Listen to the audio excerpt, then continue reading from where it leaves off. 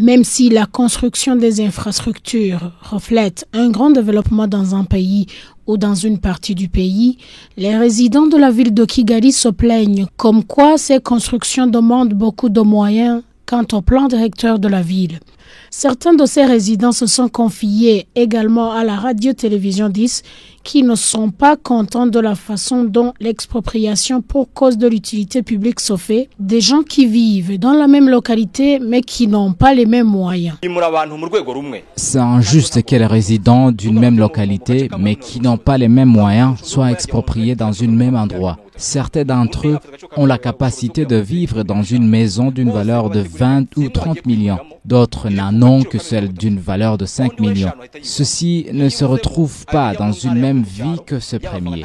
L'idéal pour le gouvernement est de prévoir des endroits pour les exproprier comptant sur leur mode de vie. Autre chose est que la construction des infrastructures à Kigali ne se fasse pas au même moment de l'expropriation des habitants comme prévu.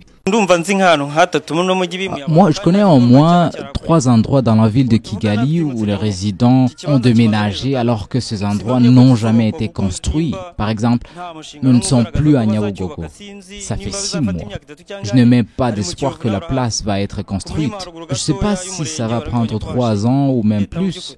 Kiyovu, tu connais, on a détruit à Muhima, juste derrière le secteur. Selon Christian Rwakunda, secrétaire permanent au ministère des Infrastructures, plusieurs obstacles causent le freinage de ces constructions, mais cela n'empêche pas leur programme de construction de ces infrastructures. L'idéal est que la construction suivrait directement l'expropriation, mais il peut y avoir un problème d'argent.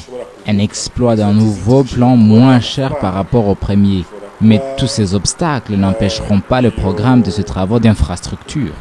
Le ministère des Infrastructures a dit également qu'il a choisi de reconstruire des habitations aux expropriés pour éviter le gaspillage d'argent de certains d'entre eux qui se retrouveraient dans la misère.